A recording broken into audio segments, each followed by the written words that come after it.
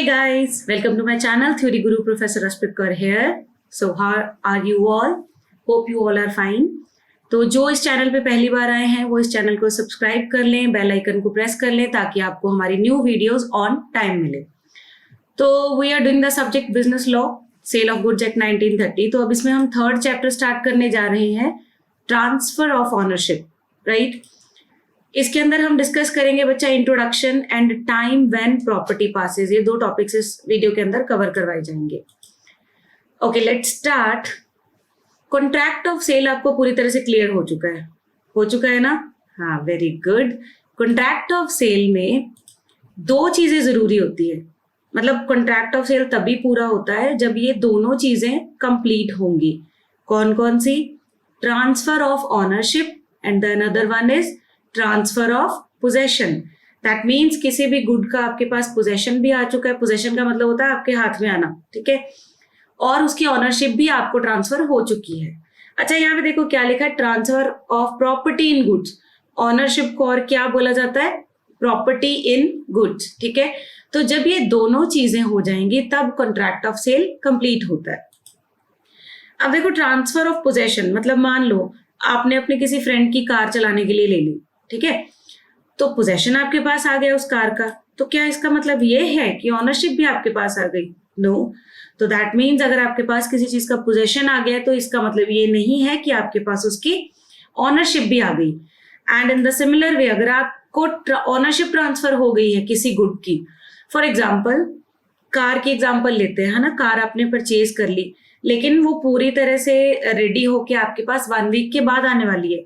तो आज की डेट में मेरे पास उसकी ऑनरशिप तो आ गई, लेकिन इसका मतलब ये नहीं है कि साथ के साथ आपके पास उसका पोजेशन भी आ गया.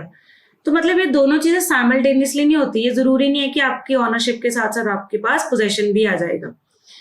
लेकिन ये जानना बहुत जरूरी है कि ऑनरशिप कब ट्रांसफर हुई है. अब ये जानना क्यों जरूरी है? हाँ बिल्कुल, ये जानना क्यों जरूरी है क्योंकि ये जो हम पॉइंट्स डिस्कस करने वाले हैं, लाइक फर्स्ट पॉइंट है रिस्क ऑफ लॉस. हमें कैसे पता चलेगा कि अगर कोई भी गुड जो है वो डिस्ट्रॉय हो जाता है, ठीक है, खत्म हो जाए, तो उसका रिस्क किसके ऊपर होगा, ठीक है. तो इस तरह के पॉइंट्स को जानने के लिए ये जानना बहुत जरूरी है कि ऑनरशिप कब ट्रांसफर हुई. अब जैसे रिस्क ऑफ लॉस की बात करते हैं, हमेशा रिस्क ना ऑनरशिप के साथ ट्रांसफर होता है, पोजेशन के साथ ट्रांसफर नहीं होता, ठीक है. रिस्क ऑनरशिप के साथ बायर के पास जाता है. तो इसका मतलब क्या हुआ? कहते हैं जो भी रिस्क ऑफ लॉस होता है ना वो ऑनरशिप के साथ जाता है. तो अगर कोई भी लॉस, कोई भी डिस्ट्रक्शन हो जाती है तो उसका लॉस कौन सफर करेगा? ऑनर. अब ऑनर जब तक सेलर है तो सेलर को सफर करना पड़ेगा. अगर ऑनरशिप ट्रांसफर हो चुकी है बायर को, now buyer is the owner, तो लॉस और डिस्ट्रक्शन भैया बायर को सफर करना पड़ेगा, ठीक है. Okay, let us take an example. There is a person A and B. B is a seller, A is a buyer, ठीक है. बी ने ए को अपनी कार बेची 20,000 में. कितनी सस्ती बेच रहा है ना. ए ने कार परचेज करी 20,000 में. अब ए ने क्या करा? ए ने प्राइस एडवांस में पे कर दिया सारा. लेकिन बी कहता है कि मैं उसकी रेंटिंग वेंटिंग करने के बाद ही आपको 15 अगस्त को दूंगा इसकी ऑनरशिप, ठीक है. यहां तक क्लियर हुआ. लेकिन 10 अगस्त को ही कार डैमेज हो जाती है इन एन एक्सीडेंट. हाँ जी, तो बहुत इंटेलिजेंट स्टूडेंट्स हैं मेरे. बताइए किसके ऊपर लॉस जो है वो फॉल करेगा? अभी हमने पॉइंट क्या करा? जिसके पास ऑनरशिप है. तो अभी ए के पास तो ऑनरशिप आई नहीं. ए के पास ऑनरशिप आनी थी 15 अगस्त को, लेकिन कार डैमेज हो गई 10 अगस्त को. तो 10 अगस्त को भी जो ऑनरशिप थी वो किसके पास थी? सेलर के पास. Very good. तो B will have to bear the loss. Seller को इसका लॉस बियर करना पड़ेगा. तो क्लियर है ये point. Now come to second point. Only owner can sue. मतलब अगर मान लो गुड्स डिस्ट्रॉय हो जाते हैं, डैमेज हो जाते हैं, कोई थर्ड पार्टी नुकसान पहुंचा देती है, तो जिसके पास ऑनरशिप होगी ना वही स्यू कर सकता है. तो ये जानना बहुत जरूरी है कि ऑनरशिप कब ट्रांसफर हुई, किसके पास है, ठीक है. तो owner which possesses ownership in goods can sue. तो वो सेलर हो सकता है या बायर हो सकता है। इसीलिए आपको ये पता होना चाहिए कि ओनरशिप कब ट्रांसफर हुई। Now third point, insolvency of buyer और सेलर। इनसॉल्वेंसी समझते हो, दिवालिया निकल जाना, बैंकरप्ट हो जाना, कुछ भी नहीं है बंदे के पास, ठीक है। तो कहते हैं अगर या बायर या सेलर, ठीक है, इनसॉल्वेंट हो जाते हैं, तो जो ऑफिशियल रिसीवर होता है ना, ऑफिशियल रिसीवर कौन होता है कि जब हम किसी भी कंपनी का दिवालिया निकलता है ना, तो वो कोर्ट को अप्रोच करते हैं। कोर्ट एक अपना बंदा भेजता है जिसको बोला जाता है ऑफिशियल रिसीवर। वो पर्सन आपके एसेट्स के अकॉर्डिंगली, मतलब जितने भी एसेट्स आपके पास बचे हैं उसके अकॉर्डिंगली आपकी लायबिलिटीज को डिस्चार्ज करता है, ठीक है। तो ऑफिशियल रिसीवर जो है वो प्रॉपर्टी अपनी कस्टडी में लेगा किससे? ऑनर से। तो उस टाइम पे ये जानना बहुत जरूरी है कि भैया ऑनर बायर है या सेलर है। अगर ऑनर सेलर है और दिवालिया बायर का निकला है तो फिर गुड्स ऑफिशियल रिसीवर की कस्टडी में नहीं आ सकते, तो वाइस वर्सा। तो इसीलिए इस पॉइंट में हमें ये जानना बहुत जरूरी है कि इंसॉल्वेंसी के केस में ऑनर कौन है, बायर के सेलर, क्योंकि गुड्स की रिकवरी उसी से होगी, ठीक है।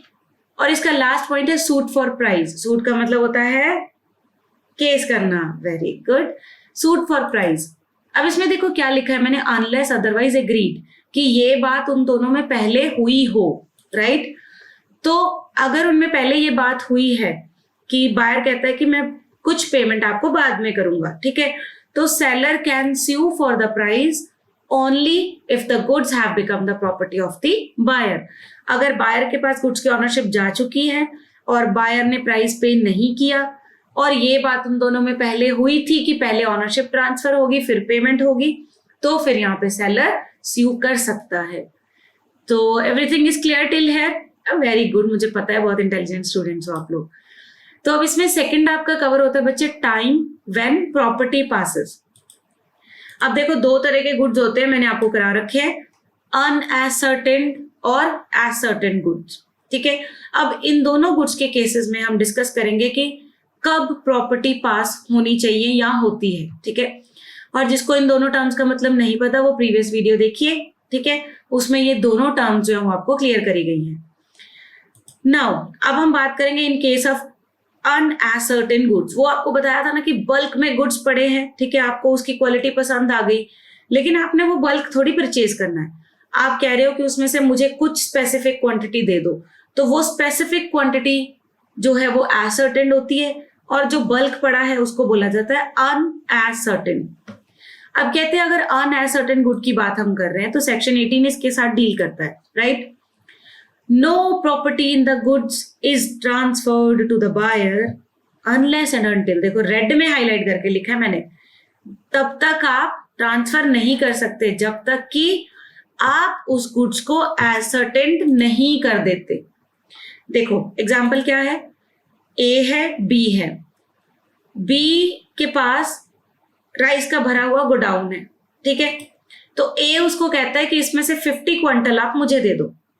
बी के पास क्या है, राइस का गोडाउन भरा हुआ है, और ए क्या कह रहा है कि 50 क्विंटल मुझे दे दो। अब ये जो गोडाउन है ना बच्चे, वो क्या है, अनएसर्टेंड, सारा तो भरा पड़ा राइस के साथ, लेकिन ए को कितनी क्वांटिटी चाहिए, 50 क्विंटल्स। तो जब तक 50 क्विंटल को सेपरेट नहीं किया जाएगा, अलग से 50 क्विंटल की वेइंग करके उसको सेपरेट नहीं किया जाएगा, तब तक जो ए है वो किसी भी चीज का ऑनर नहीं है। तो क्या लिखा है, A can become owner of 50 quintal of rice only after this quantity of rice has been separated. तो दैट मीन्स आपको अनएसर्टेन गुड्स को पहले एसर्टेन गुड्स में कन्वर्ट करना पड़ेगा, ठीक है।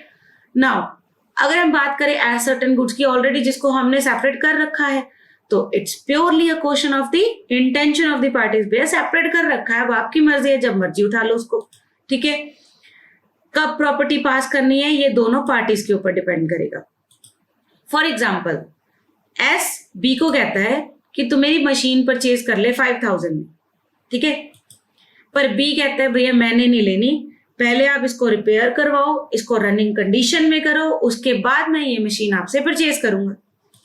चलो, तो एस क्या कहता है, एस कहता है कि भाई बी तू एक काम कर, तो खुद रिपेयर करवा ले इसको, ठीक है, और मेरे को तू 5,000 में से वो रिपेयर की अमाउंट काट के दे देना। बी कहता है चलो ठीक है। बी ने वो मशीन उठाई और वो रिपेयर शॉप पे ले गया। तो रिपेयर शॉप पे क्या हुआ, रिपेयर करते टाइम पे वो मशीन हो गई destroy without any fault of repairman. Repairman का कोई फॉल्ट नहीं है इसमें। तो property in machine did not pass from S to B.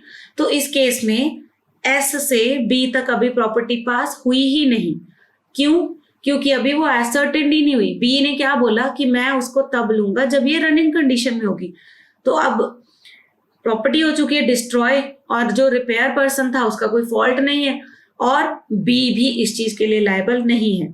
सारा का सारा नुकसान किसको बियर करना पड़ेगा? एस को। तो this was all about the